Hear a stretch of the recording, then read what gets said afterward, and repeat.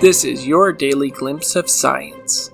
Before we jump into the video, please hit the like and subscribe button. Hey, look at that icy surface.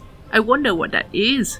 That is Jupiter's icy moon Europa. New research suggests that this moon's night side glows in the dark. Really? That sounds so cool. So, why does it glow? When the researchers shot electrons at the salt ice samples in the lab, the ice glowed. Therefore, scientists were thinking that it could be the salts on Europa's icy surface being continuously bombarded with energetic electrons by the intense magnetic field of Jupiter. Different types of salts in the ice could affect the glow's brightness.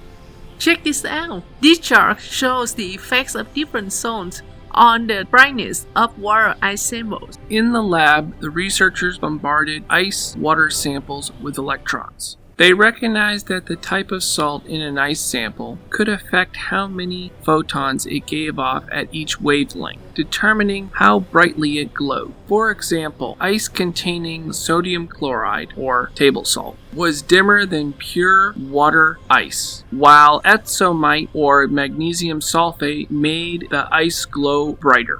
It's very neat, isn't it? The scientists were hoping that NASA's planned Europa Clipper spacecraft was able to use this ice glow to map the surface composition of Europa. Dark regions could reveal sodium-rich areas, while brighter ones may be rich in magnesium. However, the article did mention that there's a possibility that the way the ice samples glowed in the lab might not be the same as on Europa.